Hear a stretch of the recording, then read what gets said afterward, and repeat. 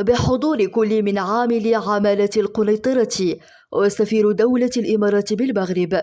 افتتح محمد عبد الجليل وزير النقل واللوجستيك صباح يوم الجمعة 14 يونيو الجاري منصة لوجستيكية لشركتي إمارات وسوفت جروب لوجستيك بالمنطقة الحرة أطلنطيك بالقنيطرة. تمتد هذه المنصة على مساحة 35 ألف متر مربع.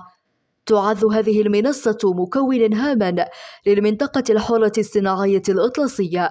يندرج هذا المشروع في إطار السياسة الاستثمارية الاستباقية في قطاع اللوجستيك التي تعمل من خلالها الشركتان على تطوير وتجهيز منصات لوجستيكية عصرية من الجيل الجديد ووضعها رهن إشارة الفاعلين الاقتصاديين. اليوم أنا جد سعيد بالتواجد في المنطقة الصناعية ديال القنيطرة، وجيت لأنه كاين شراكة اللي تخلقت ما بين جوج ديال المؤسسات من القطاع الخاص، شركة مغربية سميتها سوفت جروب، وهي فاعل جد هام في المغرب فيما يخص اللوجستيك و يعني أكثر دقة فيما يخص البناء ديال مناطق التخزين ديال اللوجستيك. والشريك الثاني هو شركة إماراتية وهو فاعل في تقديم الخدمات اللوجستية، وهذا تيدخل في الصميم ديال السياسة المغربية ديال التحسين ديال الأداء اللوجستيكي، يعني وهذا تيجي تبعا يعني التوجيهات السامية ديال سيدنا، وأيضا لما خرج به النموذج الجديد، وباش يعني نقول بأن الوزارة تتعمل باش يعني تكثر من هذه المحطات اللوجستيكية وتسرع من الإنجاز ديال المحطات اللوجستيكية باش جميع الجهات ديال المغرب تقدر توفر على هذه الخدمة، وجميع الجهات المغربية تستافد من الدعامة اللوجستيكية كرافعة للجاذبية الاقتصادية والتجارية ديالها. احنا قمنا بحصر تقريبا 750 هكتار ديال المناطق يعني اللوجستيكية نقولوا المستعجلة. الأولى كانت ابتدأت في الحكومة السابقة هي ديال أيت ملول، وتنتمناو إن شاء الله من هنا لآخر السنة نقدروا نبداو التسويق ديال المسطحات اللي غادي يقدر يعني يستثمروا فيها الفاعلين ديال اللوجستيك. وكاين تقريبا 400 هكتار في الدار البيضاء، واحد شي حاجه في زناتة وفي حد السوالم.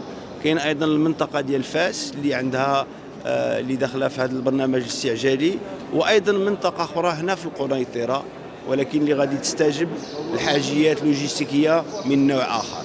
ينضاف هذا المشروع إلى المحطة اللوجستيكية التي سبق أن أحدثتها مجموعة سوفت جروب داخل منطقة التسريع الصناعي أطلنطيك، والتي تمتد على مساحة مغطاة تفوق 45 ألف متر مربع.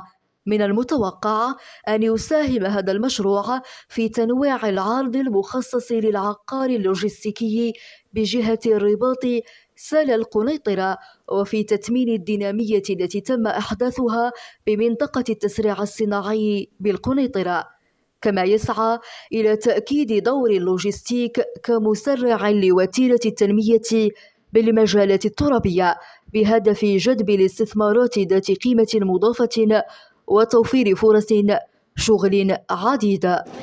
Aujourd'hui, nous inaugurons la première plateforme logistique dans la zone de AFZ au niveau de la zone libre.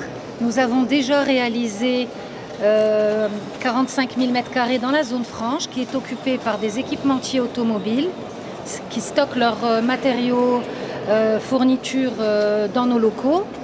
Et nous avons voulu reproduire la même expérience au niveau de la zone libre dans laquelle nous développons 70 000 m² couverts et où nous sommes prêts à recevoir les entreprises nationales et internationales pour leurs besoins de stockage dans la zone de Kénitra qui couvre la logistique de tout le grand bassin allant de Tanger jusqu'à Rabat et pourquoi pas Casablanca.